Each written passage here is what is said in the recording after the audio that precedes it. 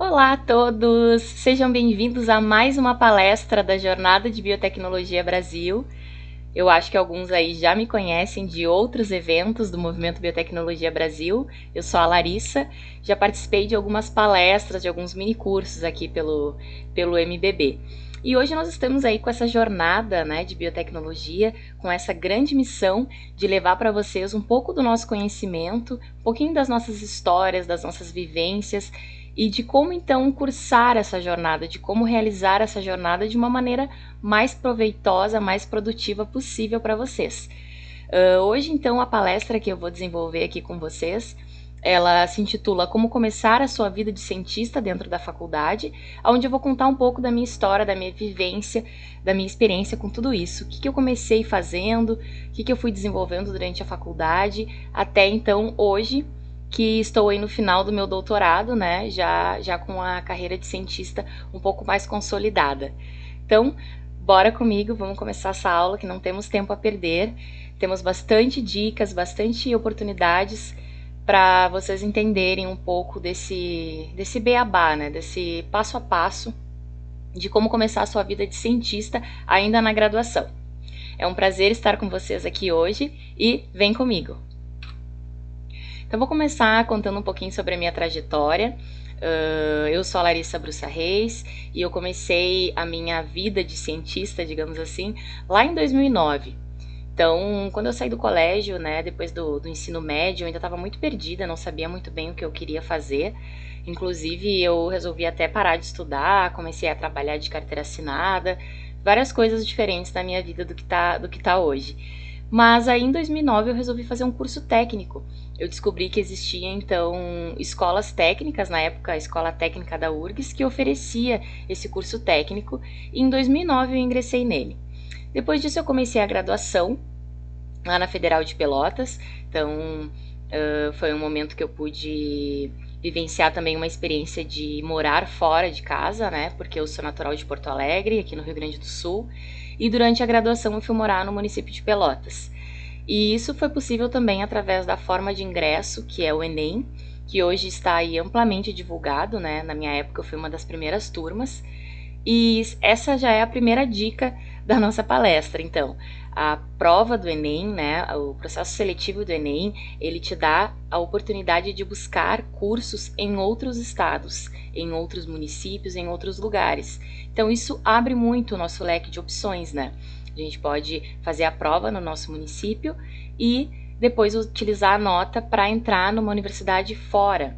Então, isso é uma coisa bem legal, que aumenta bastante as nossas chances de ingressar numa universidade federal. Depois que eu terminei a graduação, já entrei direto no mestrado em Ciências Médicas e agora estou finalizando meu doutorado em Genética e Biologia Molecular. Os dois eu fiz na Universidade Federal do Rio Grande do Sul. Estou aí no último semestre, então na metade do ano eu vou defender minha tese. E hoje eu trabalho então nessa finalização do doutorado, Eu sou bolsista de doutorado. E além disso eu trabalho com divulgação científica.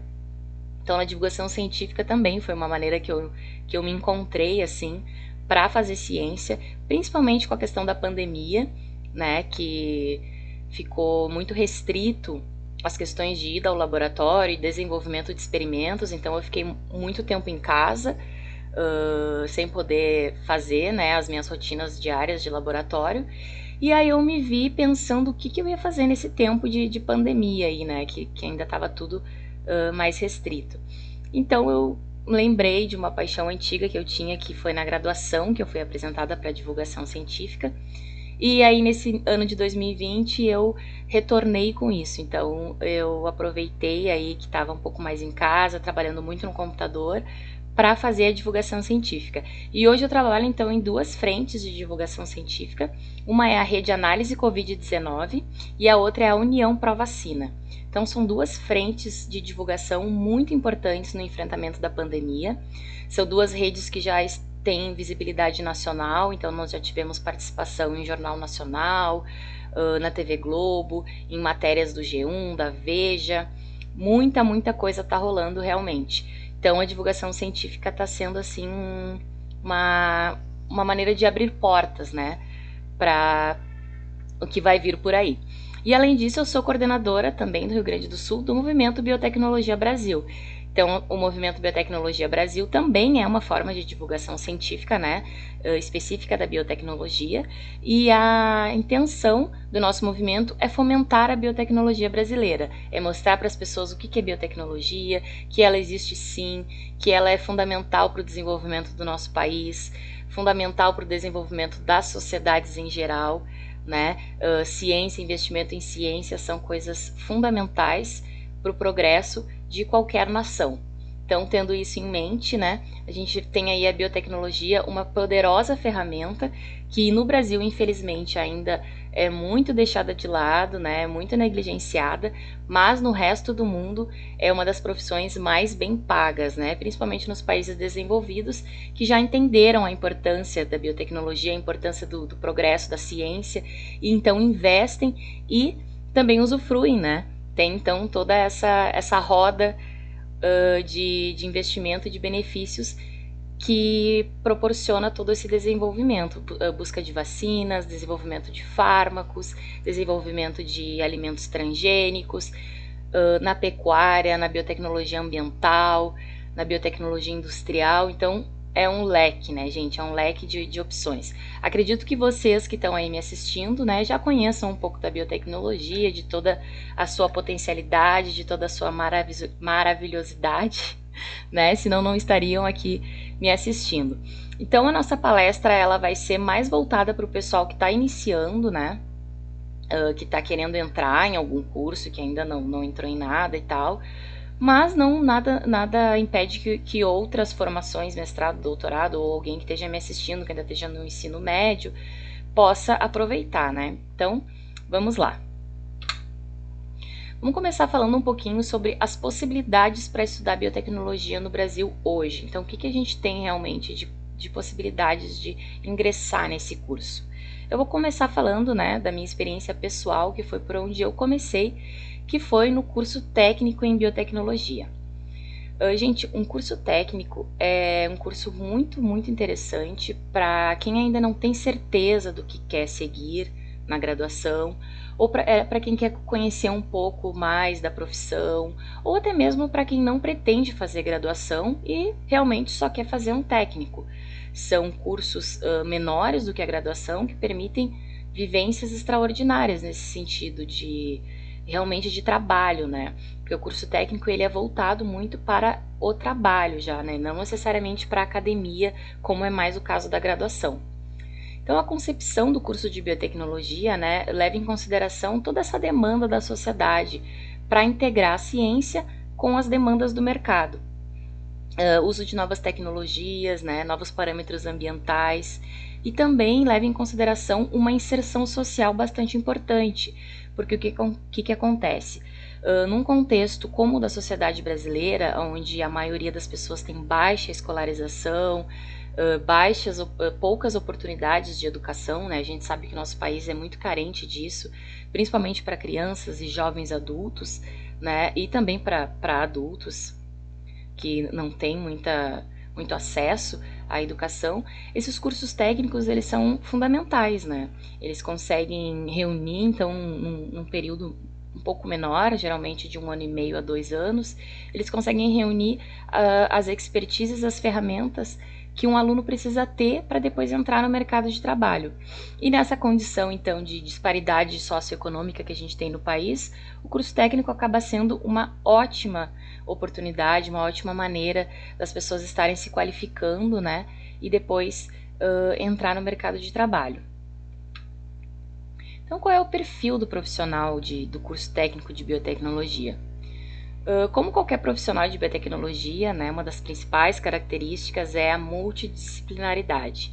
Então, é um profissional que realmente tem no seu background, né, um pouco de cada coisa, como, por exemplo, um pouco de química, um pouco de biologia, um pouco de tecnologia, um pouco de física, bioquímica. Realmente é um profissional que precisa circular, né, nessas áreas do conhecimento, né? Tem que ter uma certa aptidão para essas áreas que eu citei.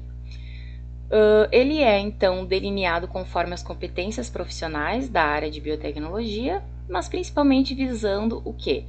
A solução de problemas, né? A nossa profissão, a profissão de biotecnologista, ela visa muito essa questão de solução de problemas.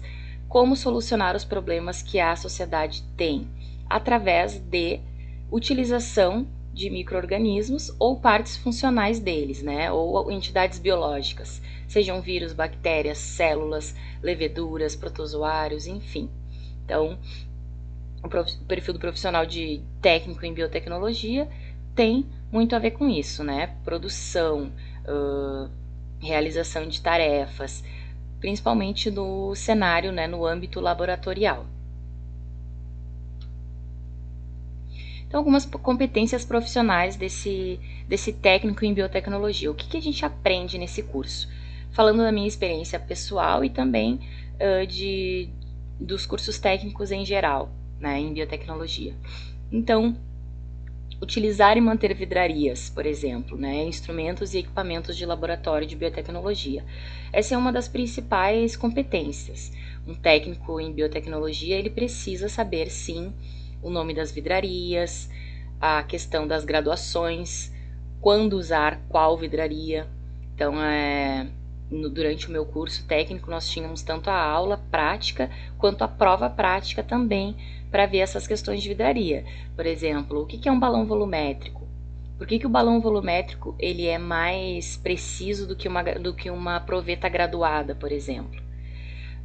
A questão da titulação, através de buretas, né, para ver a questão do pH. Isso tudo a gente desenvolve durante o curso técnico. Então, saber utilizar e manter as vidrarias é fundamental. Questões também de lavagem de vidrarias, de secagem, né, a questão de secagem em estufa. A lavagem de vidrarias também precisa ser com um detergente específico.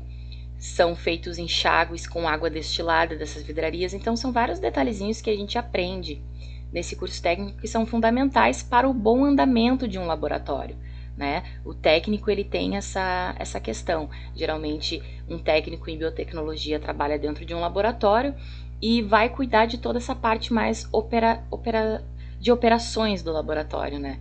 Me confundi ali. De operações do tipo lavagem de vidrarias, garantir que as vidrarias estão autoclavadas, garantir que os equipamentos estão funcionando, estão calibrados. Então é muito importante ter esse conhecimento durante o curso, né? Tem que também saber, né? Vai aprender também a manipular e monitorar reagentes, produtos químicos e materiais biológicos. Então a gente aprende questões de estoque de produtos, questões de biossegurança relacionada à toxicidade de produtos químicos, o que é um ácido forte, o que é uma base forte, o que dá para misturar com o que não dá para misturar de jeito nenhum, os líquidos que podem ser aquecidos, líquidos que não podem, quais os reagentes podem ser guardados junto no armário, quais têm que ficar separados, porque são todas substâncias químicas importantes, né, que podem reagir uma com a outra e causar, então, acidentes, questões de perda de experimentos. Então, a gente aprende também a manipular e monitorar esses reagentes. Operacionalizar técnicas, né, como pesagem, pipetagem, autoclavagem, microscopia, uma série de técnicas a gente aprende no curso técnico também. Então, a questão da pesagem, qual é a balança adequada, quantas casas decimais depois da vírgula, se a gente vai pesar microgramas, miligramas, gramas, quilos. A questão da balança também, ela precisa estar nivelada corretamente. Tem balanças analíticas, balança semi-analítica, só para dar alguns exemplos, né, gente? Então é todo um universo nessas questões. A pipetagem, conhecer então as pipetas existentes, quais são as graduações, para que serve cada uma, né?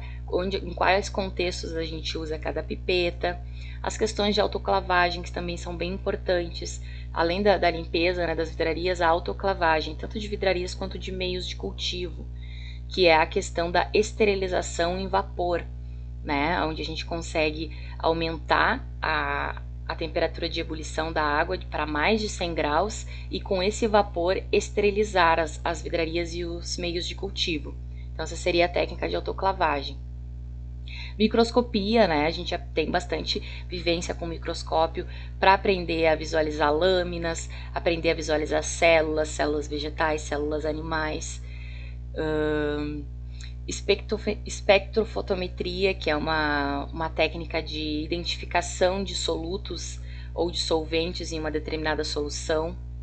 Extração e amplificação de DNA, né, que eu acho que é uma das coisas assim que o pessoal mais gosta de aprender, a extração de DNA de células, de frutas, de folhas. As questões de eletroforese, de depois poder visualizar esse DNA, quantificar e depois fazer outras análises. Enfim, aqui eu tenho uma série, né, de competências profissionais que vocês vão ver, né, quem fizer o curso técnico vai ver e vai se aprofundar melhor em tudo isso. Tem também outras competências profissionais do técnico em biotecnologia, processar dados e informações relacionadas ao laboratório. Então, a gente aprende também noções de estatística e noções de informática, né, para justamente essa parte de gestão do laboratório, né, dos bancos de dados, dos resultados de experimentos. Alguns técnicos em biotecnologia podem também trabalhar com a elaboração de laudos de parecer na área da biotecnologia e afins. O técnico em biotecnologia vai participar da elaboração e da execução de projetos científicos, então naquele ambiente que ele vai estar inserido. Vai atuar no controle de qualidade, então aquela parte que eu falei de calibrar os equipamentos, de verificar se está tudo funcionando certinho. E também um profissional em biotecnologia, um técnico, tem que aprender, tem que ter as habilidades de relacionamento e dinâmica de trabalho em equipe, porque o laboratório ele é feito, né, com uma equipe, geralmente multidisciplinar, e é muito importante a gente saber conversar e se portar adequadamente nesse meio, né, com esse trabalho em equipe, com essas pessoas diferentes. Então, alguns locais onde vocês encontram curso técnico em biotecnologia. Eu trouxe aqui só alguns exemplos. Então, o Senai do Paraná e o Senai de Minas Gerais oferecem esse curso. Nas instituições federais, tem os institutos federais em várias partes do país. Então, eu trouxe aqui como exemplo o do Rio de Janeiro, o do Rio Grande do Sul, que foi onde eu fiz, no campus Porto Alegre, no IFRS, o Instituto Federal do Paraná, e diversos outros, então, que vocês podem buscar no Google facilmente para encontrar onde vocês podem cursar esse curso se interessarem. Eu trouxe como exemplo para a gente analisar um pouquinho a organização curricular, né? Quais são as disciplinas que esse curso técnico oferece. Então, eu trouxe aqui a grade do IFRS de Minas Gerais, mas ela é exatamente a mesma que eu tive aqui em Porto Alegre. Então, no módulo 1, a gente consegue aprender sobre análises moleculares e genéticas. Então a gente tem essa série de disciplinas aqui que são super interessantes e que dão um pontapé inicial, né, para a gente já saber onde é que a gente está se metendo. Então, biossegurança, fundamentos de laboratório, que é essa disciplina que eu falei, onde a gente aprende as vidrarias, as noções básicas assim de biossegurança e de laboratório. Já começa com genética aplicada, né? Já dá um sustinho ali. Biologia celular e biologia molecular também são duas matérias bem densas que dá para aprender muito, são matérias muito interessantes. Elaboração de projetos, que é fundamental, né?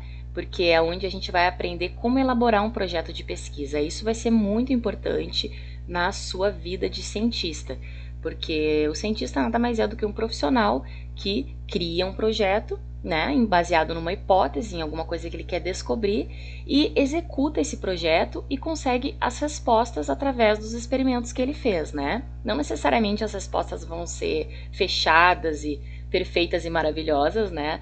Bem pelo contrário, a ciência ela é feita degrau por degrau, então muitas vezes o que se descobriu hoje, amanhã pode não ser bem assim. Mas a elaboração de projetos é fundamental nesse contexto da vida do cientista, né? De saber criar uma hipótese adequada, né? O que você quer descobrir e elaborar um projeto em cima disso.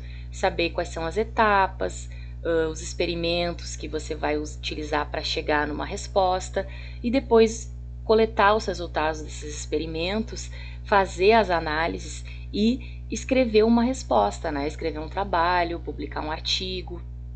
Então, a elaboração de projetos é o pontapé inicial. Essa matéria é fundamental e uma coisa que eu já quero destacar aqui, depois a gente vai falar mais pra frente sobre a graduação em biotech, mas eu, como fiz o técnico e a graduação, senti muita falta dessa disciplina na minha graduação, essa disciplina de elaboração de projetos. Eu só tive no curso técnico e depois no meu mestrado e no meu doutorado eu fui obrigada a escrever projetos. Essa disciplina ajudou muito e na graduação eu não tive, então, né, se eu não tivesse feito o técnico ia ser muito mais difícil, porque escrever um projeto é bem complicado, é bem desafiador, né, envolve uma série de coisas e seria bem legal se eu tivesse tido na graduação. Então não são todas as graduações que têm essa disciplina, é importante ficar atento porque ela é bem, bem importante.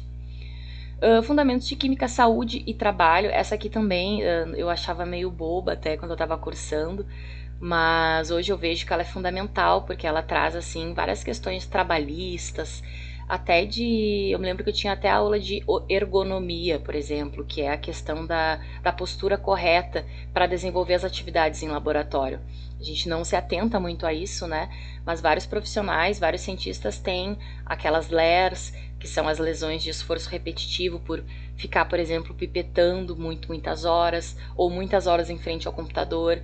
E essa disciplina de saúde e trabalho, ela deu essa noção assim de ergonomia, do que fazer. Se está muito tempo sentado, levanta de vez em quando, faz um alongamento, manter a coluna da maneira correta. Os bancos também, nas bancadas, eles não podem ser muito altos, eles têm que ter uma altura correta para que a gente possa sentar adequadamente, né, confortavelmente. A questão da pipetagem, a dica era apoiar sempre o cotovelo na bancada e aí fazer o movimento de pipetagem para não ficar assim com o braço boiando e isso também causar lesão no cotovelo e no pulso. Então são várias coisas assim que eu lembro, que eu tive, que me marcaram muito. E essa última disciplina de bioética também foi muito fundamental para mim. É um tema que até hoje eu gosto muito. E antes dessa disciplina eu não tinha ouvido falar, né, em bioética, eu não sabia o que era e depois eu pude ter as primeiras noções do quanto é importante. Então, todas as questões voltadas realmente à ética da sociedade e da ciência, né? Por que a gente não pode fazer qualquer coisa como cientista, a questão da clonagem, a questão dos óvulos, dos embriões, várias questões polêmicas que envolvem bioética, que a gente pôde ter um pouco nessa disciplina.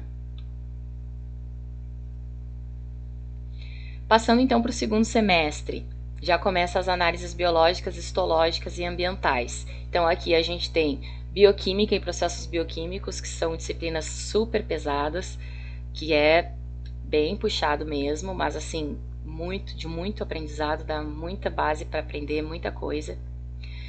Parasito, que é bem importante também, histofísio animal e vegetal. Foram também duas disciplinas bem legais, que a gente aprende a questão dos tecidos, das células, do que compõe, né, os tecidos e órgãos, tanto de um humano quanto de um vegetal.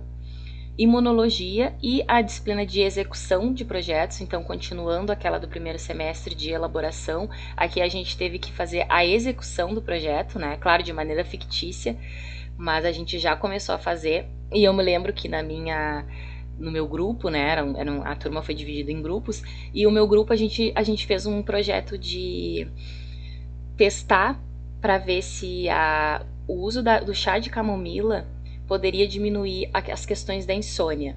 Então a nossa hipótese era porque existe uma molécula que se chama melatonina, que é uma molécula que induz o sono, né, e que pessoas que têm insônia então têm pouco dessa molécula. E aí o chá de camomila ele tem muita melatonina. Então a gente, né, baseado em toda essa parte científica que eu expliquei rapidamente, a gente fez essa hipótese que seria, será que as pessoas que têm insônia, se tomarem chá de camomila regularmente, durante, sei lá, um mês, vai melhorar essa questão da insônia? Então a gente desenvolveu essa hipótese e desenvolveu todo o projeto e depois fez a execução. Foi uma execução fictícia, né, claro que a gente não fez o projeto, até porque para desenvolver um projeto de verdade precisa passar pelos comitês de ética em pesquisa, né? Então é toda uma questão burocrática e que precisa ser analisada, mas a gente fez uma execução fictícia, né? E aí a gente simulou ali como seria as pessoas pegando, né? Nós iríamos distribuir o chá. Como é que a gente ia distribuir o chá? Ah, ia ser sachês, tantos sachês por pessoa. Quantas chás a pessoa ia ter que tomar? E aí foi muito legal porque deu essa vivência de como executar realmente um projeto. Foi muito bacana.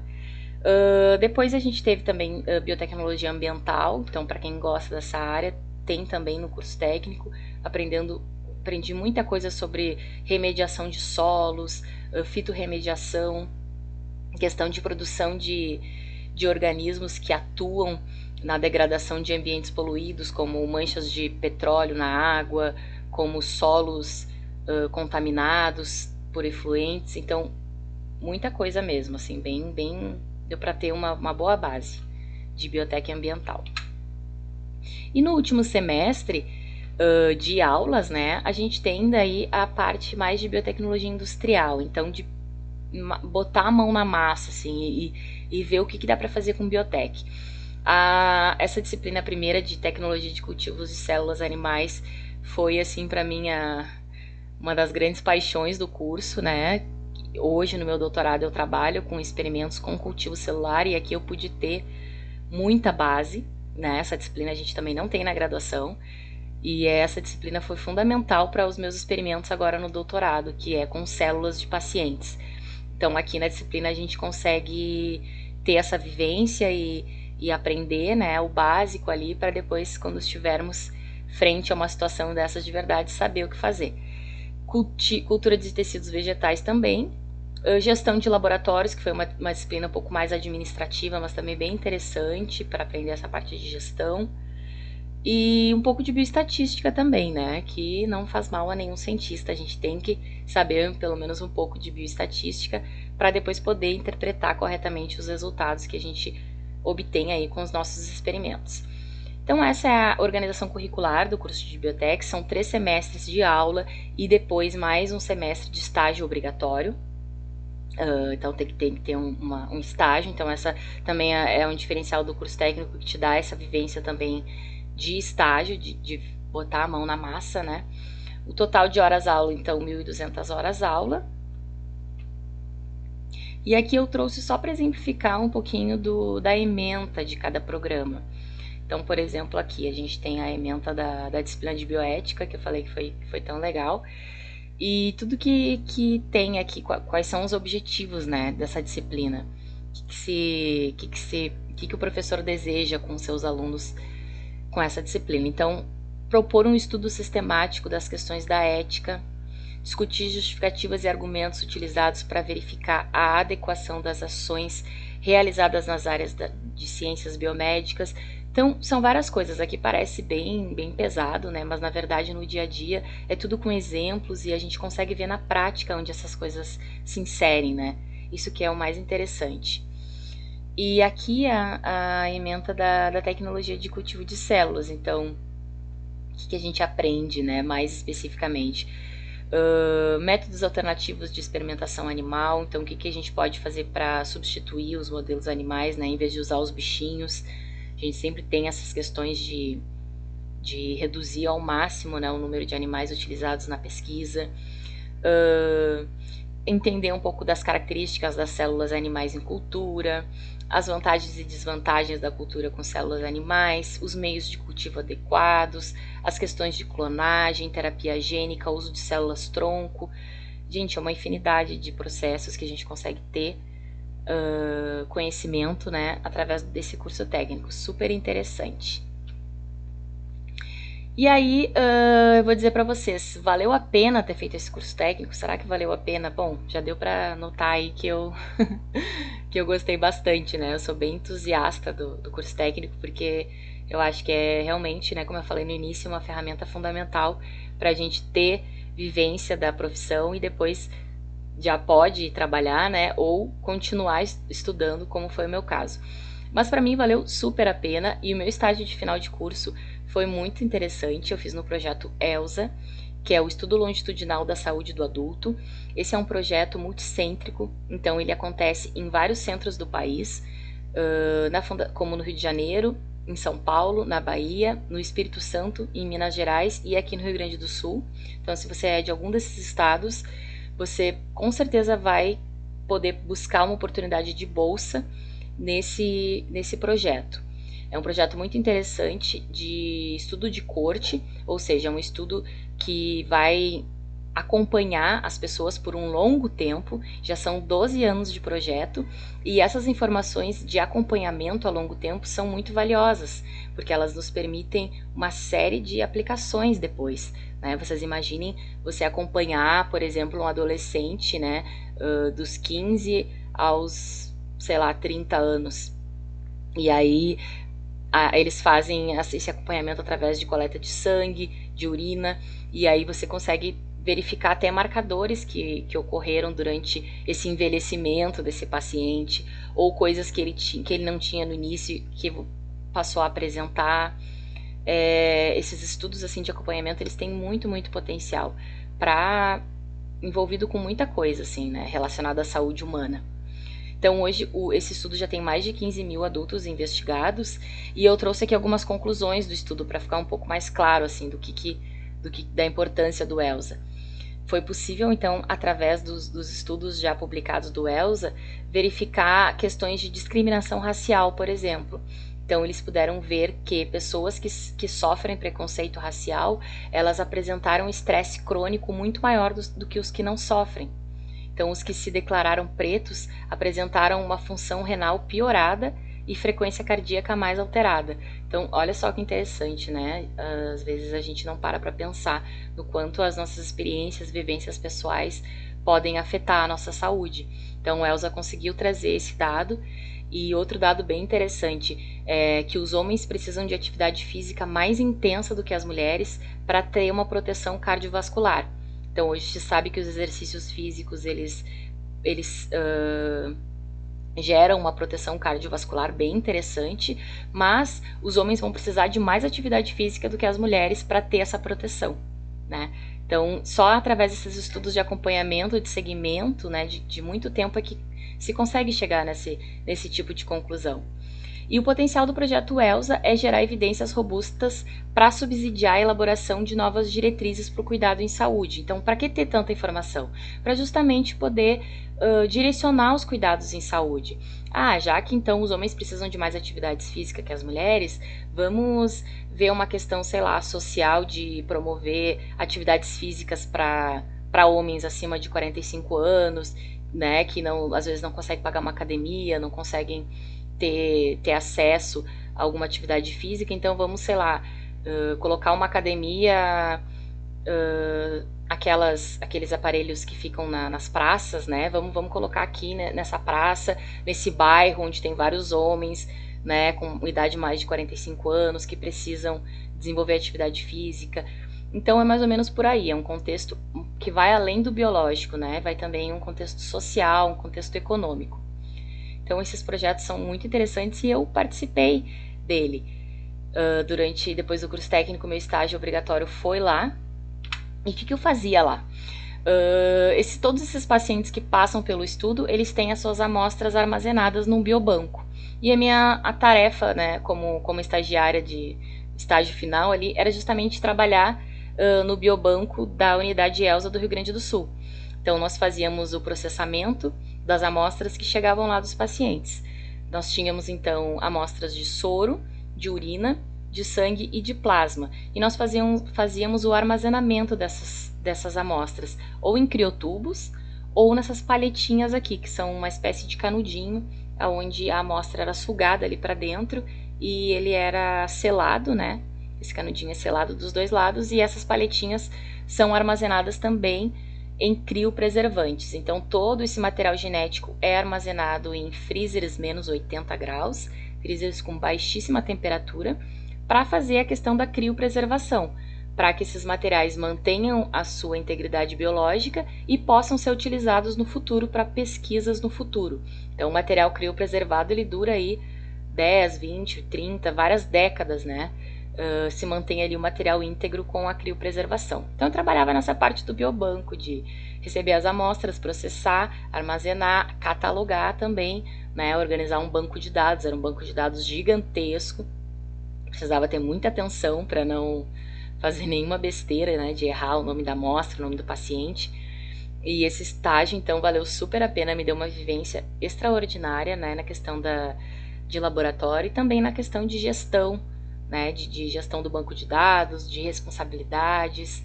Foi aí, então, o início da minha carreira de cientista. Falar então um pouco sobre a graduação em biotecnologia, agora que a gente já falou tudo do curso técnico, então quem tiver interesse no curso técnico, vale muito a pena, vão atrás, né? Você que está aí terminando o ensino médio, talvez não tenha muita certeza se quer mesmo fazer a faculdade de biotec, faz o curso técnico, né? É uma vivência super interessante e depois também vai contar mais para sua vida profissional, ter além da graduação o técnico.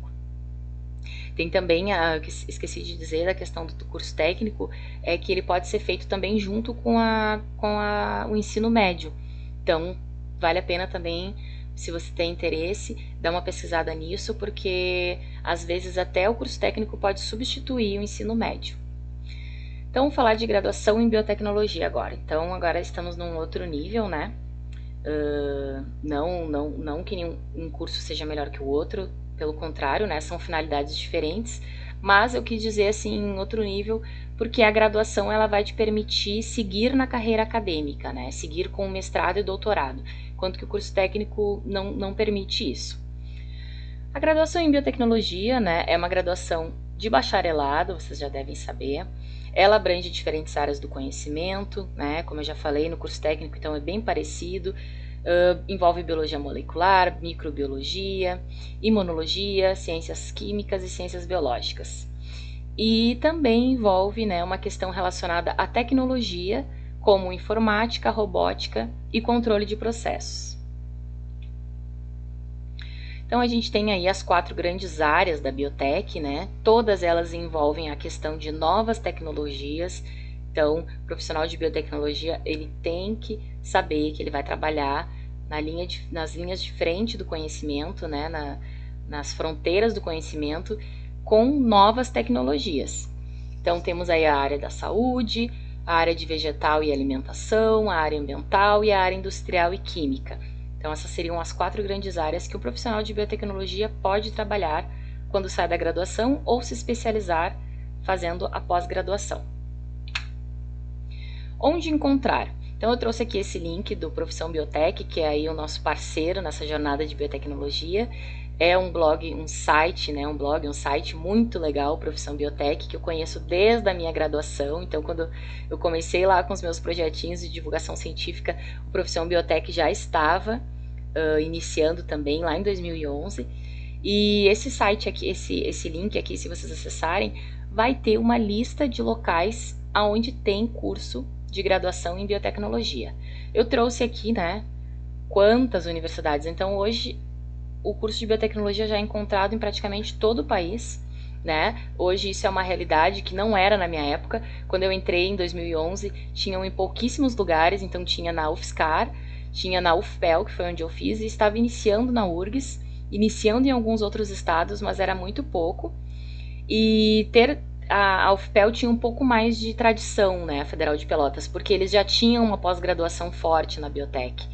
Então, a pós-graduação já era forte lá e foi mais fácil para criar o curso de graduação. E eu tinha colegas de vários lugares do país também, então a galera veio realmente para cá, para o Rio Grande do Sul, para fazer o curso de biotech. Tinha colega da Bahia, tinha colegas de São Paulo, Rio de Janeiro, Minas Gerais, era bem legal. Então, mas como escolher, né, entre tantas opções, como escolher a graduação em biotech? Bom, algumas coisas, né, a escolha é muito pessoal, mas eu trouxe aqui algumas dicas, algumas coisas que vocês podem levar em consideração na hora de escolher. O que mais me chamou a atenção na hora de escolher o curso de graduação em biotech, apesar de terem poucas opções na minha época, né, hoje tem muito mais, mas a coisa que eu mais fiquei pensando, que eu mais prestei atenção foi a grade curricular. Então, investigar a grade curricular dos cursos e ver quais são as disciplinas que o curso oferta, quais são as atividades que o curso oferece, que a universidade oferece, é muito importante, né, para a gente poder se decidir. Eu trouxe aqui o exemplo, por exemplo, da diferença de grade curricular da URGS, que é a Federal do Rio Grande do Sul, para a UFPEL, que é a Federal de Pelotas. Na URGS, tu tens ali uma série de disciplinas base E na metade do curso tu precisa escolher se tu quer ir para a área de bioinformática ou se tu quer ir mais para a área de biologia molecular. Já na UFPEL não tem essa escolha. A UFPEL, ela é... durante todo o curso tu aprende um pouco de cada coisa, né? A bioinformática, ela é bem presente. Claro, tem as disciplinas mais específicas, mas ela acaba também sendo presente em outras disciplinas ao longo do curso. E a biologia molecular, ela está presente em praticamente todo o curso. Então, essa é uma diferença assim que eu trouxe para exemplificar para vocês. Outra coisa, no curso da UFPEL, né, eu não sei como tá agora as grades, mas na época que eu fiz na UFPEL, me chamou muita atenção uma série de disciplinas que não tinha em outros cursos, como, por exemplo, manipulação de gametas e embriões. Essa disciplina eu pude aprender a manipular espermatozoides, óvulos, até mesmo zigoto. A gente fez uma questão de fertilização artificial em aula, e isso foi uma disciplina fantástica, que eu acredito que não tinha, né? Acredito que ainda não tem em outros cursos, ou enfim, talvez até tenha, né? Fica aí de tarefa de casa para você que quer fazer a graduação, pesquisar as grades curriculares. Às vezes tem uma disciplina que vai lhe chamar a atenção, vai brilhar os olhos, vai dizer, não, eu quero ir para esse curso por causa dessa disciplina. Foi o que aconteceu comigo.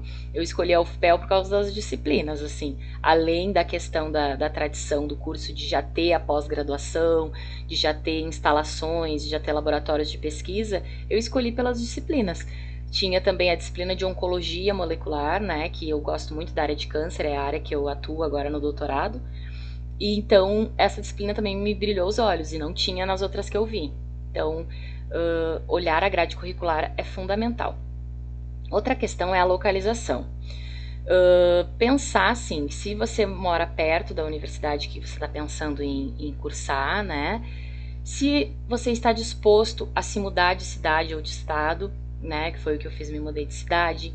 Outros colegas se mudaram de estado, ou colegas que vieram da Bahia, né? A gente imagina, bem longe e ficavam muito tempo sem ver a família. Então essa é uma questão também que vocês têm que refletir, né? Estou disposto a me mudar, ficar longe da minha família. Outra coisa importante, tenho como me manter em outro lugar, né? Sem estar na minha casa, sem estar com a minha família e tal. Eu vou falar mais pra frente as oportunidades que tem de moradia, né? As bolsas de auxílio.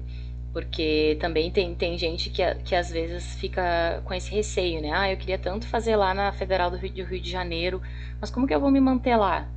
Né? Não tenho dinheiro, não tenho como morar lá. Existem auxílios estudantis, que eu vou falar mais pro final, que vão permitir sim que você more no local sem gastar, que você não precise pagar aluguel, você pode morar numa casa de estudante. Então tem algumas alternativas, né? Mas isso tudo tem que ser levado em questão na hora de escolher. Se a principal questão é se você está disposto, né? A se mudar, sair da sua zona de conforto, enfrentar uma situação nova, né? Morar fora de casa não é fácil, mas eu já passei, né, por isso. Mas é uma experiência assim muito transformadora, muito legal, né? Onde você se vê ali tendo que viver coisas novas, diferentes e desafios, né? E quando você supera esses desafios, é muito bom, assim, é um crescimento pessoal muito grande. Então, tem as suas vantagens e as suas desvantagens, e cabe a você aí analisar, né, também junto com a sua família, com as pessoas que são a sua rede de apoio, o que seria mais interessante. Outras questões para levar em consideração para escolher. Linhas de pesquisa oferecidas na universidade. Também, né, o curso de biotecnologia, ele é um curso voltado para a pesquisa, né? A ciência, em geral, a vida de cientista é a pesquisa e o desenvolvimento. Então, as linhas de pesquisa que vão ter na universidade vai ser muito importante também, né? Se está de acordo com o que você quer. Às vezes você prefere mais uma área ambiental, que na sua universidade vai ter mais linhas de pesquisa voltada para a saúde humana, por exemplo. E aí, né, você vai se matricular, vai começar a estudar, vai chegar lá, vai se frustrar porque não vai ter linhas de pesquisa para você continuar, para você desenvolver depois, né, a iniciação científica, que eu vou explicar mais para frente. Então, é importante ficar de olho nas linhas de pesquisa se estão afins com o que você deseja cursar, com o que você deseja aprender, com o que você deseja experimentar, né. Outra questão, como são as instalações da universidade, da faculdade, do local e o investimento que tem na pesquisa dessa instituição. Aqui entram questões um pouco delicadas, né? A gente sabe que o investimento, a pesquisa no Brasil, ele tá cada vez menor, né? Infelizmente tá bem difícil essa questão, mas tem universidades que têm um pouco mais de tradição, que conseguem mais dinheiro que outras, isso é inegável. Então, é interessante ver também, né, a questão de como está essa universidade na questão de publicações, na questão de produção de projetos e as instalações, se vai ter os laboratórios adequados para fazer as práticas, porque como o curso de biotecnologia é um curso de experimentação, de ciência, não vai adiantar você ir para um lugar, cursar biotec, que não vai ter um laboratório de prática. Entende? Não tem como, né? Claro, alguns laboratórios têm mais limitações que outras, mas um mínimo de um espaço ali para desenvolver uma atividade prática precisa ter. Então, é legal ficar atento a isso também. Outra coisa bem importante, que também vai muito da questão pessoal. O curso de biotecnologia tem vários tipos, né? Tem, além de vários cursos de biotecnologia, tem curso de engenharia de bioprocessos, engenharia de biotecnologia, processos biotecnológicos, tem várias vertentes, né, nesse universo da biotech. E tem cursos que são mais voltados para a área de empreendedorismo, por exemplo, tem outros que são mais voltados para a área técnica de desenvolvimento de coisas, de botar a mão na massa, e tem cursos que são mais voltados para a academia. Às vezes as diferenças são bem sutis, mas se vocês pesquisarem com afinco, dependendo do que vocês quiserem, vocês vão ver que vai ter cursos que vai estar mais voltado para a área que vocês desejam atuar depois. Outra coisa legal de ver, né, que eu já falei um pouquinho, a tradição da instituição na pesquisa e se tem estímulo para estágios profissionais, por exemplo, ou se você deseja sair da faculdade já trabalhando, dá uma olhada se essa universidade, se essa faculdade tem essa tradição dos estágios profissionais. Às vezes tem algumas universidades que já têm colaboração com empresas, né, com empresas, com indústrias, onde depois você já pode fazer o seu estágio final, né, o seu estágio obrigatório numa dessas empresas e seguir trabalhando. Outra coisa legal, se a universidade investe em eventos próprios, como feiras, mostras científicas, salões de ensino e de extensão. Geralmente as universidades fazem isso, né? É bom ficar atento, porque são nesses locais, nessas feiras, nesses salões de ensino, de extensão, de ciência, que vai ser as oportunidades que você vai ter de mostrar o seu trabalho, né? Você vai estar desenvolvendo ali junto com a faculdade e conhecer pessoas também, conhecer outros professores, outras linhas de pesquisa, outros estudantes profissionais da área. Então é muito, muito legal para fazer network, né? Para conhecer pessoas e depois fazer vínculos com essas pessoas e quem sabe aí desenvolver coisas, né? Ou conseguir oportunidades com essas pessoas, com essas experiências. E outra coisa fundamental que né, para quem tem acesso é conversar com alguém que já estude nesse local, né? Nesses locais que vocês estão em dúvida. Então, conversar com alguém que estuda é muito bom, é excelente, porque a pessoa vai te dar ali preto no branco o que é, o que não é. Já vai dar para conhecer, saber um pouco de como é que é o RU, né? O restaurante universitário, se tem, se não tem, qual é o ônibus que passa perto. Então, não tenham vergonha, gente, de perguntar. E hoje, né, com as redes sociais, acaba ficando muito fácil, né, a gente mandar um direct, mandar uma mensagem, claro, com todo o respeito, com toda a descrição, né, perguntando se aquela pessoa poderia te dar alguma informação a mais sobre a faculdade, como é, como é que não é, o que a pessoa gosta, o que a pessoa não gosta, porque daí tendo esses feedbacks é bem legal para depois você poder escolher, né, sabendo como é que é a vivência, um pouquinho mais, pelo menos na teoria, né, de como é a vivência nesses locais. Então vamos falar agora sobre oportunidades durante a graduação. O que a gente pode fazer para começar a botar a mão na massa aí, né, além de toda a parte teórica do curso, o que a gente pode fazer para despontar aí, né, começar realmente a nossa jornada como cientista. Vou tomar uma aguinha aqui.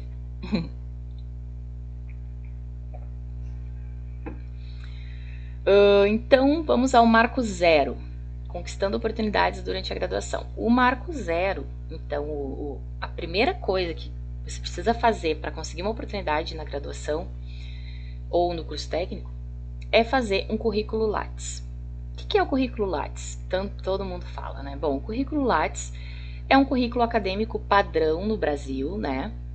É importante salientar que é no Brasil, porque depois, se você quiser oportunidades para o exterior, é outro tipo de documento, mas no Brasil é o currículo acadêmico padrão, tá? Ele é encontrado na plataforma Lattes, que é a plataforma criada pelo CNPq. O CNPq é um órgão de fomento à pesquisa e ciência no Brasil. Então, é um órgão federal que financia pesquisas, que financia desenvolvimento científico no país, basicamente é o principal, né, junto com a CAPES. O CNPq também é um dos principais. E essa agência, então, de financiamento, de fomento à pesquisa, ela tem uma plataforma, que é a plataforma Lattes, que é onde ficam os currículos Lattes dos pesquisadores, dos cientistas, dos estudantes, de todo mundo que está envolvido aí com ciência. O currículo Lattes é um documento exigido para qualquer candidatura de bolsa do país, então você precisa fazer esse currículo de qualquer maneira, se você quiser concorrer a uma bolsa, né? E depois ficar, tu vai utilizar ele durante toda a tua vida de cientista, porque sempre vai atualizando, né? Qualquer atividade nova que tu faz, tu atualiza. Publicou um artigo, tu vai lá, atualiza. Apresentei uma palestra, tu vai lá, atualiza. Então, é uma maneira bem legal de ficar ali registrado tudo que tu já fez durante a tua caminhada como cientista, como estudante. Então, aqui tem o sitezinho, ó, é o lattes.cnpq.br. Essa aqui é a carinha do site. Você vai vir aqui em currículo Lattes, cadastrar novo currículo. E vai abrir essa janelinha aqui, onde você vai colocar todos os dados e vai criar o seu currículo, tá? Gente, essa é uma etapa que acaba sendo um pouquinho chata, vou ser bem sincera com vocês. Muitos alunos não gostam e tal, porque realmente é trabalhoso, tem que colocar ali todos os dados, né? Mas uma vez que você faz esse cadastro, não precisa mais fazer, né? Vai estar ali guardado e depois vai só atualizando com as questões que forem ocorrendo na sua vida acadêmica e na sua vida de cientista. Então, realmente é uma coisinha meio chata, mas é muito importante, né, fazer e ficar atento também se as informações estão corretas, né? Nada de mentir no currículo Lattes, né? A gente não precisa. Sei que tem aí alguns exemplos. Alguns exemplos bem feios, né, disso, até de políticos aí. Mas não precisa, né, gente? Não vamos fazer esse tipo de coisa, até porque é um documento formal, onde a pessoa que está depositando as informações ali, ela tem total responsabilidade sobre isso. E, enfim, não precisa mentir, né? Todo mundo começa de baixo. Eu comecei e não tinha nada, né? Tinha ali algumas coisinhas. E vocês vão ver que depois eu vou mostrar tudo que eu fiz na faculdade.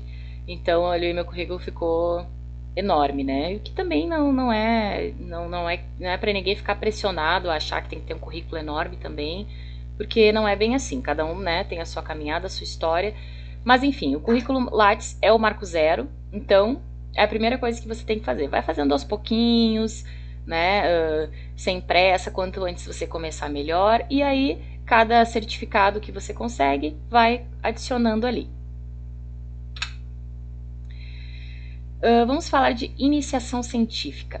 Então, o que é a iniciação científica? Queremos ser cientistas, não é mesmo? Precisamos de uma iniciação científica, ora bolas. Já o nome já diz, né? É uma maneira de iniciar na ciência. Então, o ensino superior, né, a graduação, ela está estabelecida em 3 pilares, né? É muito importante que ela esteja nesses 3 pilares, que é o pilar do ensino, que são ali as teorias, as disciplinas, os trabalhos, as provas. O pilar da pesquisa, né, que é a parte de vivenciar realmente o trabalho de cientista, e a parte de extensão, que é super importante, a gente vai falar depois mais pra frente, vou explicar melhor o que é. O campo da pesquisa ele não é restrito a mestres e doutores, então os estudantes de graduação e de curso técnico também podem vivenciar, né, como é essa profissão de cientista através da iniciação científica. Então, o objetivo da iniciação científica é aproximar, né, os estudantes da área de pesquisa.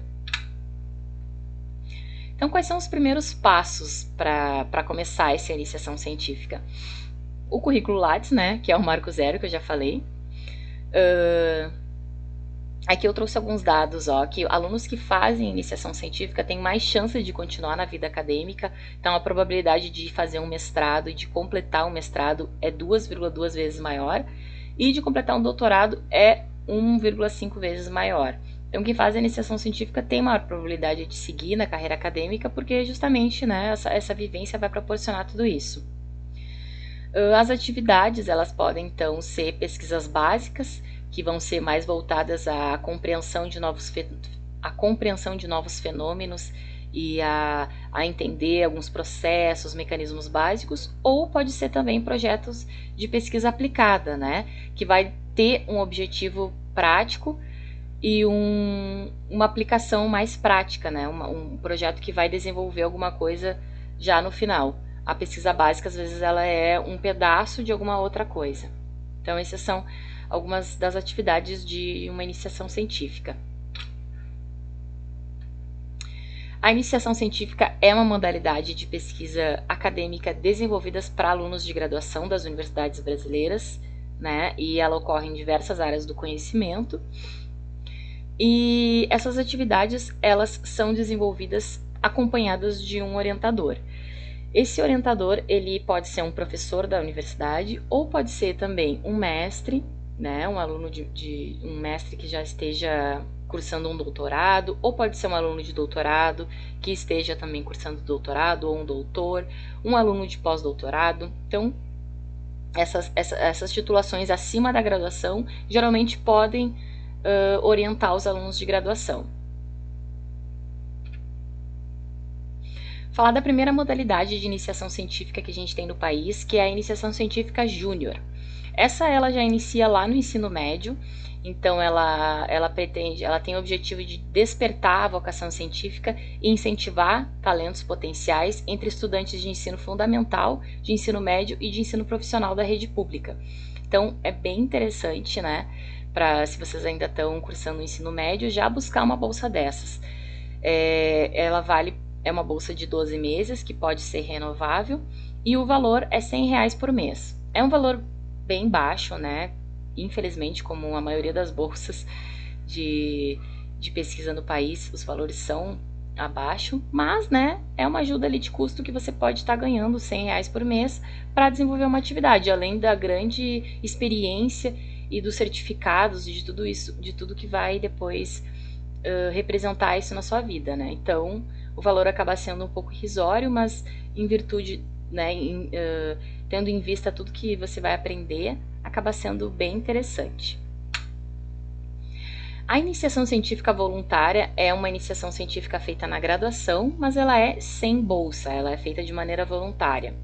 Os projetos para essa iniciação científica voluntária, eles são também como os projetos de iniciação científica com bolsa, então eles também precisam ser submetidos e aprovados num comitê de ética em pesquisa, né, para ficar tudo direitinho, então é igual como projetos com bolsa. Projetos que são possíveis de serem viabilizados sem dinheiro, sem verba, eles são interessantes sim, eles podem trazer resultados muito legais, porque o que acontece? Quase não existe empecilho para eles serem desenvolvidos, né? Quando a gente está num projeto muito grande, um projeto de pesquisa que envolve muito dinheiro, às vezes essas pesquisas elas ficam paradas, elas são mais lentas, justamente devido a essa problemática do dinheiro. E projetos que não dependem de dinheiro, eles são facilmente executáveis. Então, por exemplo, aqui projetos que envolvam bioinformática, né? Não precisa necessariamente de uma verba, porque o aluno vai poder usar tanto as instalações da instituição, os computadores da universidade, a internet da universidade, né? Se ele conseguir fazer essas atividades fora do horário de aula, não necessariamente vai precisar de um grande investimento. Ou, por exemplo, um projeto de levantamento de dados de maneira retrospectiva, que são os chamados estudos observacionais, que nada mais é do que olhar dados que já foram coletados, dados que já foram depositados. Então, esses estudos observacionais também não dependem de dinheiro e podem ser realizados.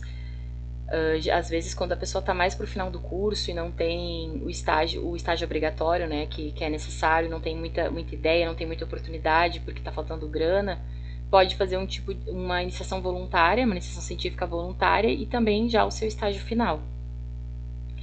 Programas de iniciação científica voluntária estão presentes em várias universidades, então, né, basta você querer e ver se existe na sua universidade.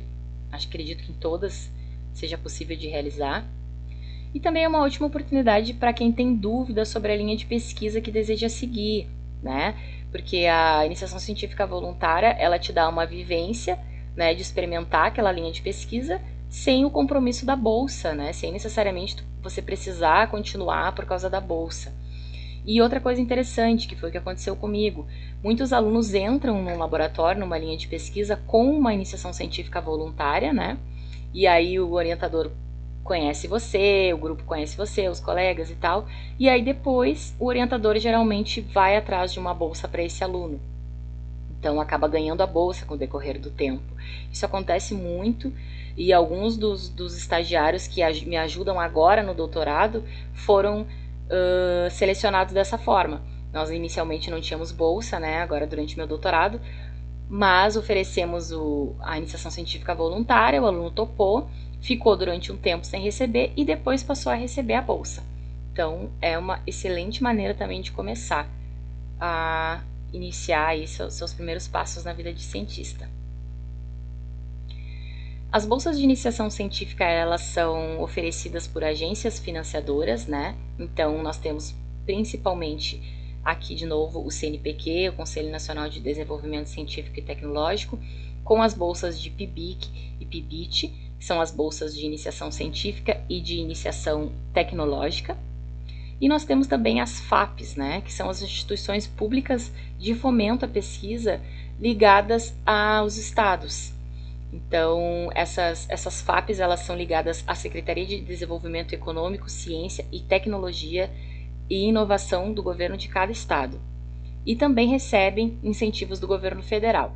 Então, a gente tem FAPESP, FAPERJ, FAPEMIG, FAPERGS, FAPES, FAPESC, enfim, uma série de FAPs em cada estado. Então, a FAPESP é de São Paulo, a FAPERJ é do Rio de Janeiro, a FAPEMIG de Minas Gerais e assim por diante. As bolsas de iniciação científica, elas geralmente são de R$400 por mês. Elas são de 12 meses e podem ser prorrogadas, podem ser renovadas. Bolsa de iniciação científica não é considerado vínculo empregatício, infelizmente, então ela se caracteriza mesmo como bolsa, mas nada impede que você utilize depois essas suas vivências, essas suas experiências profissionais como exatamente isso como eu falei, como uma experiência profissional. Não é um vínculo empregatício, mas é sim uma experiência de trabalho, uma experiência profissional.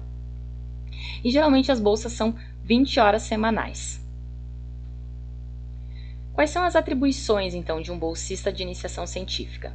Então, ele vai aprender ali a sistematizar ideias, sistematizar referenciais teóricos que vão embasar as suas pesquisas, vão exercer atividades de rotina nos experimentos, vão exercer a escrita acadêmica, então escrita de resumos, escrita de artigos, de projetos, de materiais a serem divulgados sobre a pesquisa que ele estiver fazendo.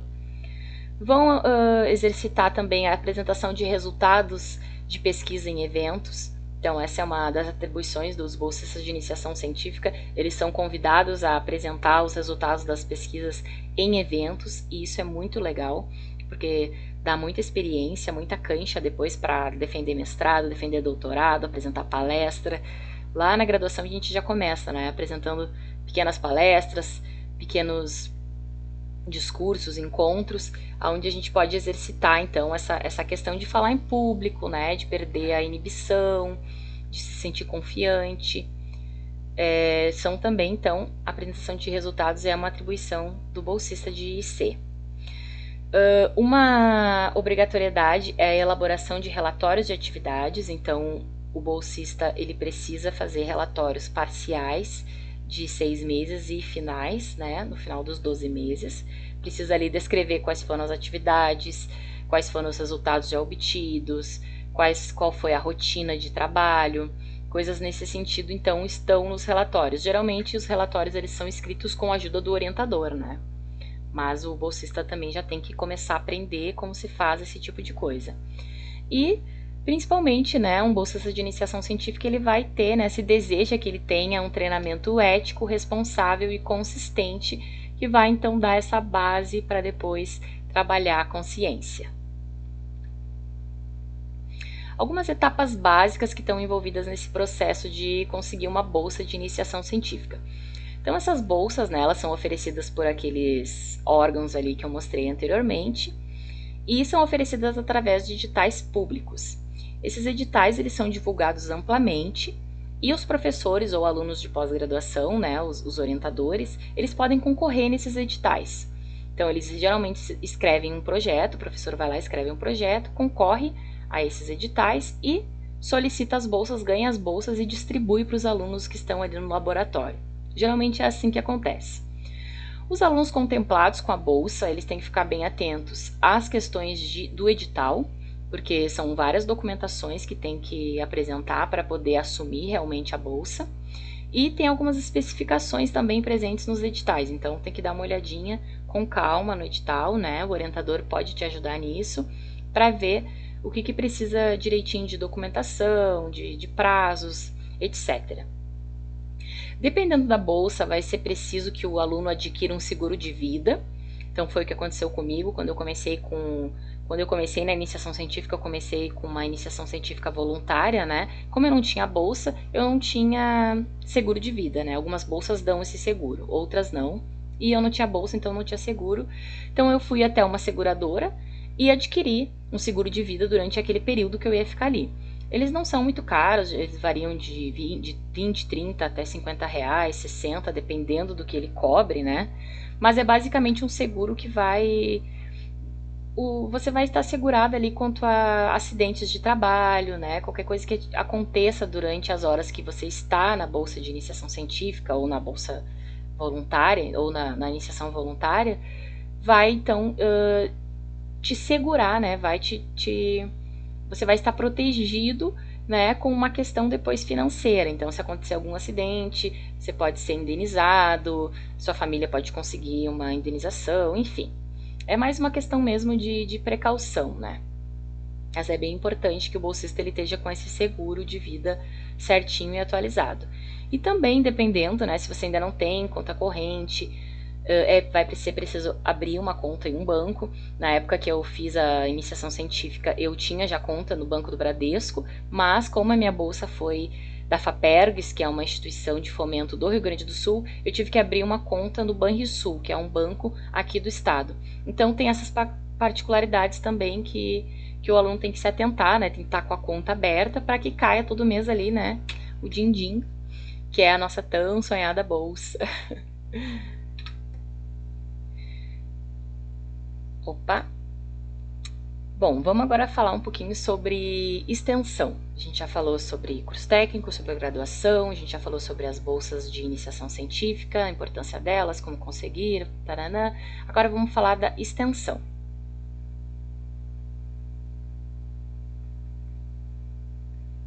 Então, gente, na Universidade Federal existem várias pró-reitorias. E cada pró-reitoria é responsável por alguma coisa. Então, a Pró-Reitoria de Extensão e Cultura é um departamento onde existem os projetos de extensão. O que é um projeto de extensão? Um projeto de extensão é um projeto que busca solucionar problemas existentes e problemas de interesse também da sociedade, não só da ciência, não só da pesquisa, não só dos cientistas, mas também da sociedade. Né? O projeto de extensão ele é muito interessante porque ele aproxima o que está sendo feito na universidade com a sociedade, que é, no final das contas, né, a maior beneficiária e é o fim, né, de tudo aquilo que a gente produz na academia. Quem é que vai se beneficiar, quem é que vai usar, quem é que vai querer, quem é que não vai querer as coisas que a gente desenvolve lá na ciência? Vai ser a sociedade. Então a extensão ela aproxima essa questão. É muito interessante porque envolve ação de conscientização, de capacitação, de difusão de informação, tecnologia e cultura. Então, envolve muitas coisas assim que vão além do trabalho de cientista, né? A gente às vezes fica um pouco bitolado, né? Ai, quero ser cientista, só ciência, ciência, ciência. Esquece de pensar fora da caixa e de ver as necessidades da nossa sociedade mesmo, né? Às vezes a gente quer desenvolver um produto X para combater uma coisa Y, mas será que realmente é isso que a nossa sociedade precisa? Então, as atividades de extensão, elas permitem ao estudante usar o seu conhecimento para interagir e impactar a sociedade na qual aquele estudante está inserido. Para viabilizar as atividades de extensão, as instituições de ensino fornecem auxílio financeiro, tanto para o projeto quanto para o estudante. Então, é as bolsas de extensão que a gente vai falar mais para frente. Então, a extensão universitária, ela possibilita o envolvimento do estudante nessas atividades que transformam o conhecimento teórico em conhecimento prático. Elas promovem um envolvimento social, então é muito interessante porque tem justamente essa pegada social que eu já falei. A extensão universitária, ela vai te ajudar a qualificar o seu currículo, então seja para a plataforma Lattes ou até mesmo, né, gente, principalmente para a questão de experiência, né? As experiências diversificadas que a gente tem são o que formam, né, o nosso intelecto e a nossa constituição como profissional, como cidadão. Então, é muito legal ter uma experiência dessas de extensão. Programas e projetos de extensão. Então, como eu já falei, né, assim como o ensino precisa da pesquisa assim como o ensino superior precisa da pesquisa e do ensino, né, propriamente dito, também precisa da extensão, e essa extensão é realizada através de programas e projetos. Esses projetos e programas podem ser propostos pela própria universidade para atender alguma demanda externa que a universidade identificou, ou também pode ser apresentado de maneira independente por um professor com o seu aluno. E a coordenação dessas ações é geralmente feita por quem propôs essa ação, né? No caso, o orientador, por exemplo. Então, qual é a diferença de projetos e programas de extensão? Os programas de extensão, eles são conjuntos de ações mais articulados, então eles funcionam como uma espécie de guarda-chuva. Ele vai abrigar, um programa de extensão vai abrigar diferentes funções, diferentes ações de extensão, mas que vão ter um objetivo comum. E todas as ações e os projetos que estão nesse guarda-chuva, né, eles têm que ter diretrizes claras, que são previamente estipuladas. Já os projetos, eles podem ser desenvolvidos de forma mais isolada, mas precisam fazer parte de um programa. Os projetos, eles possuem prazo determinado e objetivo específico, então eles começam, né, eles têm início, meio e fim, e tem um objetivo, eu vou fazer esse projeto na comunidade X, para ajudar as crianças a conhecer um pouco mais sobre ciência. Então, ele tem um início, um fim e tem um prazo, né, para ser desenvolvido. E esse projeto ele deve ser educativo, cultural, científico, tecnológico ou social. Então, o que é a bolsa de extensão? As bolsas de extensão são esses auxílios, né? Assim como a bolsa de iniciação científica, são esses auxílios que a universidade vai dar para os alunos envolvidos, para os alunos bolsistas. O valor também geralmente é R$400.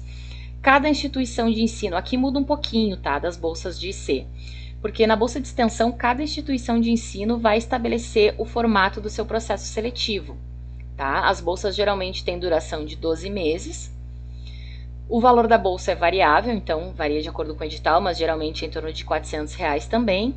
A carga horária também ela é variável, geralmente se exige 20 horas, mas ela é um pouco mais flexível do que a bolsa de iniciação científica, porque o bolsista de extensão, às vezes, ele vai ter que estar junto com a comunidade, ele tem uma outra pegada, né? Então não é 20 horas no laboratório, às vezes é menos ou mais horas, tem o deslocamento até o local, né, até aquela comunidade onde ele vai exercer a atividade. Então, essa questão das horas, a carga horária exigida, ela é um pouco mais flexível. O bolsista de extensão também precisa fazer relatórios semestrais das atividades e a bolsa de extensão também não é considerada um vínculo empregatício. Depois da bolsa de extensão, a gente tem as bolsas de monitoria acadêmica. Também é uma outra maneira uma outra oportunidade financeira que a gente tem na faculdade, né? A monitoria acadêmica é uma atividade discente que tem como objetivo auxiliar um professor, ou monitorar grupos de estudantes em algum projeto, ou também ajudar os estudantes na questão de reforço de matérias, de plantões de dúvidas. Então, tudo para esse aluno, esse bolsista de monitoria, ele vai ficar junto com o professor, principalmente desenvolvendo as atividades ali na parte do ensino, né? Junto a outros estudantes também. É uma bolsa bem interessante, a de monitoria acadêmica, para quem quer realmente seguir na área de professor, ou para quem quer ver se é isso que você gosta, né? Se é realmente da aula. Permite, então, uma vivência bem interessante nesse sentido de lecionar, né? De ensinar. O monitor, ele auxilia outros estudantes ao longo do seu aprendizado, esclarece dúvidas, auxilia outras atividades, né, que vão estar ali determinadas no plano de trabalho. Depende muito da instituição, depende muito da disciplina também. Pode ser tanto para disciplinas teóricas quanto para disciplinas práticas. Então tem também bolsas de monitoria para laboratório, né, onde tu vai ficar desenvolvendo ali a tua monitoria junto com o professor na aula prática. A monitoria é feita, então, para que o estudante tenha essa vivência do processo de ensinar, né? E as bolsas são distribuídas de acordo com processos seletivos, que levam em consideração as notas do aluno, a questão da frequência, né? Então, em resumo, o monitor, ele é um aluno que esteja cursando ou que já cursou aquela disciplina e que teve um bom desempenho, né? Que gostou daquela disciplina.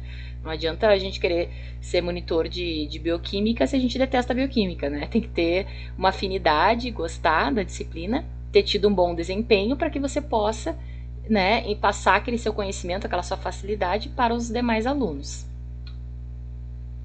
As principais atividades da monitoria.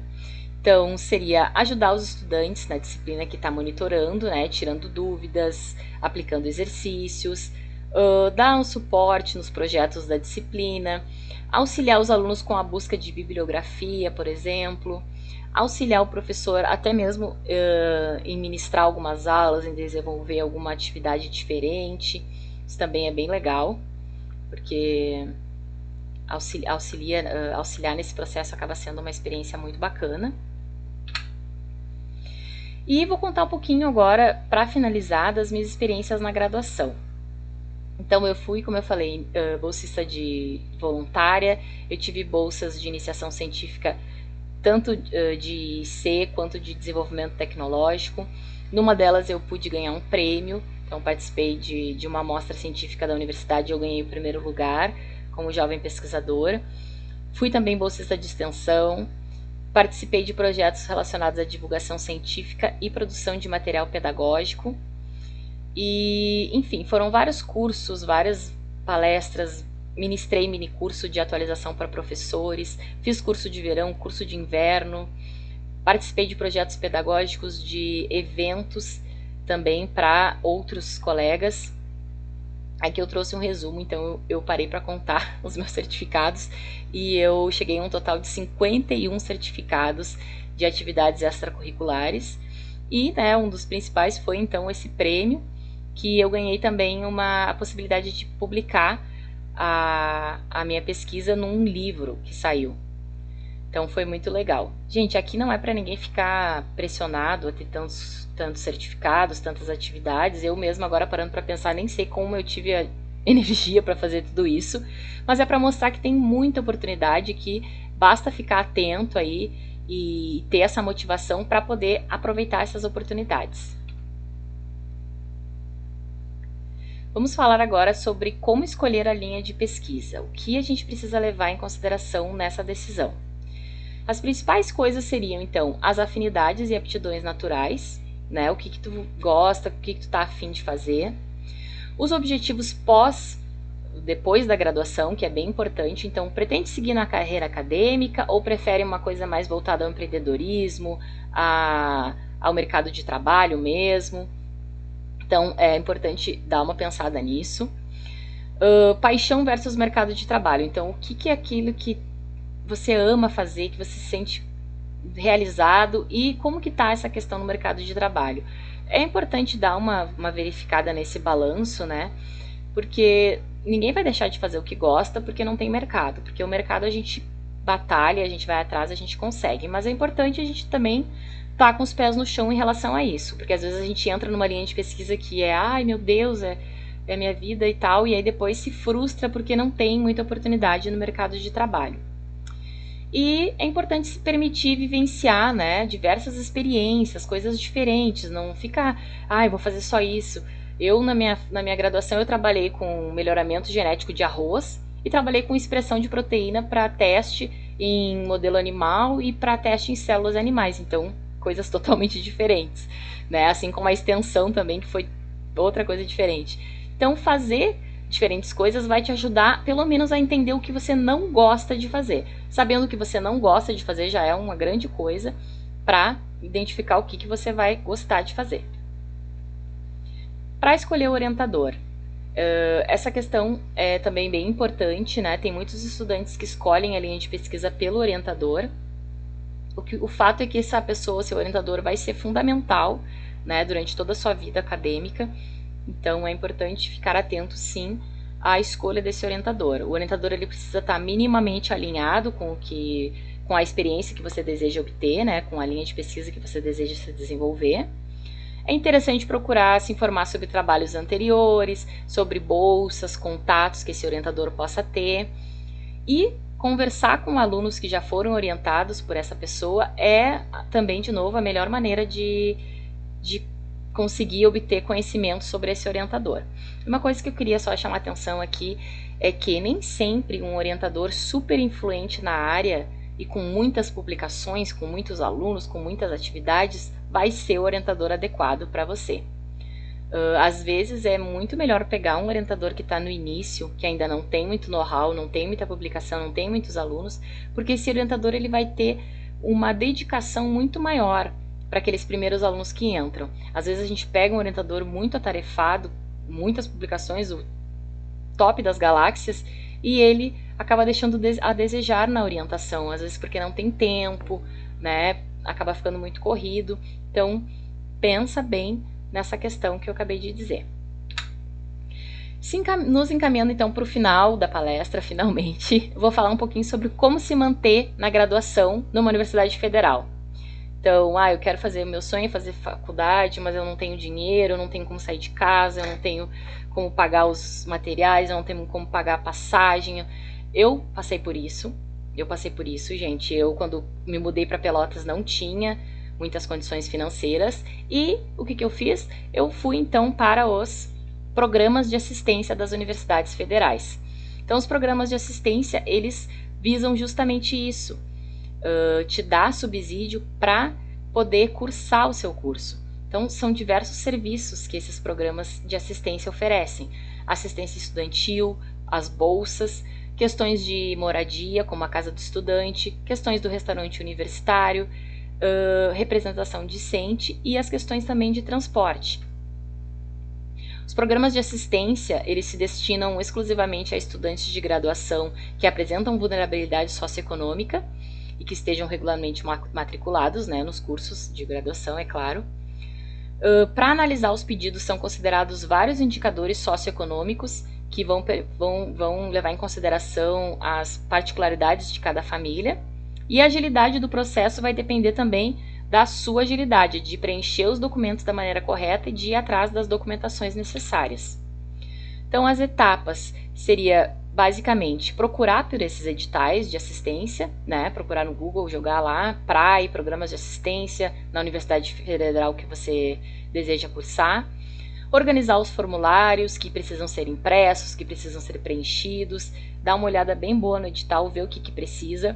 Os documentos geralmente eles são apresentados em cópia, acompanhados do original, né? A questão do desemprego, eu quero uma bolsa para me manter na universidade porque os meus pais estão desempregados. Então a questão do desemprego ela só é comprovada pela carteira de trabalho, né, dos seus pais ou a sua que esteja ali sem emprego na época, né, vazia. Eles vão querer ver toda a carteira de trabalho. Você vai precisar passar por uma entrevista para entregar essa documentação e conversar com uma assistente social, contar a sua história, por que você quer a bolsa, por que você precisa. Pode ser que realizem uma visita na sua casa para testar essas informações que você vai lá e fala, né, na questão da moradia. Informações incoerentes ou incompletas são critérios para não levarem em consideração a sua candidatura para bolsas, então tem que ficar bem atento nisso. E as informações prestadas são de inteira responsabilidade da pessoa que está solicitando a bolsa. Aqui eu trouxe então alguns exemplos de um edital. Esse edital é de 2021 agora, do início de 2021, e é o edital do PRAE da URGS. Então o que eles oferecem aqui, ó? Auxílio emergencial alimentação. Então você pode solicitar esse auxílio, que vai ser 3 refeições diárias que você vai ter acesso de graça na universidade. Então, café da manhã, almoço e janta. Antes, né, acontecia nos restaurantes universitários. Agora eles estão entregando as alimentações em embalagens individuais e lacradas, tudo direitinho, em função da pandemia, né, gente? Então, também ressaltando aqui que esses editais eles mudaram um pouco em relação à pandemia, acesso remoto, toda essa questão. Mas antes as alimentações as refeições eram no restaurante universitário. Ou você pode também ganhar um valor de R$300 mensais, que é depositado, né, todo mês, para que você faça suas compras, faça o rancho, enfim, compre o seu alimento. Tá? Tem agora também auxílio emergencial de acesso à internet, no valor de R$100 mensais, para você pagar a sua mensalidade de internet. Olha só que legal. Auxílio emergencial Covid-19 moradores. Esse aqui também é novo. Então, é R$200 mensais para as pessoas que moram na casa do estudante, né, nas moradias estudantis que as universidades oferecem. E então, como não está podendo ter essa questão das moradias estudantis coletivas por causa da pandemia, eles estão dando esse auxílio de R$200 para auxiliar você a morar em algum lugar que não seja a casa do estudante. A casa do estudante é um auxílio gratuito, onde o aluno pode se mudar para essa residência, uma residência comunitária, né, onde vários outros estudantes também residem, e o aluno pode ficar ali durante os 4 anos da graduação morando nessa casa do estudante, geralmente não, sempre para alunos que vão para outro estado, para outra cidade, né, que não moram naquele local. Mas agora, em função da pandemia, está suspenso, né, a casa do estudante, então eles estão dando esse auxílio emergencial de R$200 para moradia. O auxílio transporte, que são as passagens para você ir até a universidade, e também tem um auxílio de material de ensino, então R$180 por semestre, para que você possa fazer compra de algum material, livros, enfim, material, né, caneta, estojo, caderno, etc. E também tem agora auxílio creche, R$250 mensais por dependente, para vocês que são mães, que têm os bebês, que tem que deixar em creche, que não tem, né, uma pessoa para cuidar, enfim, podem estar ganhando esse auxílio creche. Olha só que legal. Então, eu sei que tem muitas mães que é muito difícil, né, fazer a faculdade e conciliar o papel de mãe, mas aí o auxílio creche vem para nos ajudar. Também tem o programa Saúde, que são assistências principalmente nutricionais e psicológicas e voltadas para a saúde mental, que são também de graça, disponibilizadas pela instituição. E aqui tem então algumas condições para a inscrição. Isso varia muito, né, de edital para edital, então é importante que você fique atento aí na sua universidade sobre os programas de benefício que vão te ajudar a realmente colocar esse sonho em prática de cursar uma graduação, né? Você aí que não tem condições, como foi o meu caso, eu fui bolsista de PRAE durante os 4 anos de graduação, né? Na época eu fui morar em Pelotas, a minha mãe ela era aposentada por uma questão de saúde, então ela recebia uma aposentadoria, na época era R$700, era muito pouco, e eu tinha que me manter lá, né? Não tinha nada, não ganhava nada, estudava o dia todo, né? A universidade tem período integral, geralmente, a Universidade Federal, e aí eu ganhava auxílio de passagens e também de restaurante universitário, então eu não pagava para almoçar, nem para jantar, e tinha também as passagens. Isso foi fundamental para que eu pudesse terminar o curso. Então, eu tenho certeza absoluta que sem esses programas de benefício eu não teria conseguido me formar lá na Federal de Pelotas. Então, gente, finalmente terminamos a nossa palestra, ficou bem extensa, eu achei que ia ficar bem mais curta, no fim ficou extensa, mas eu queria passar com uma mensagem final, que existem muitas possibilidades para que vocês ingressem na área da ciência. Às vezes as coisas não acontecem exatamente como a gente planeja ou como a gente gostaria, mas todas as experiências servem como aprendizado e vocês vão poder utilizá-las no futuro, podem ter certeza. Isso aconteceu e acontece comigo o tempo todo. Então, às vezes, coisas que eu fiz lá na faculdade que eu achava que nem ia funcionar, hoje em dia eu lanço mão desse conhecimento, dessa experiência. Um conselho: comecem desde já. Então, a área da ciência é uma área muito desafiadora e as experiências com atividades extracurriculares vão ser fundamentais para a vida profissional de vocês depois no futuro. Ser cientista não é para preguiçoso, então isso tem que ficar bem claro. Se você quer ser um bom profissional, tem que ter em mente que a construção do conhecimento e as atualizações são constantes e para a eternidade. Então, enquanto você for aí mestre, doutor, ou você estiver trabalhando, ser um profissional de uma indústria, você vai ter que sempre se atualizar, porque a biotecnologia ela está sempre se atualizando. Isso não tem como fugir. E se divirta no processo, né? Não se cobre por não fazer todos os cursos ou não conseguir todas as oportunidades. Eu me cobrava muito, queria sempre fazer tudo, me inscrevi em tudo. E isso acabou sendo bem prejudicial, assim, na questão de saúde mental para mim. Então, não aconselho. Faz as coisas no seu tempo, sabe?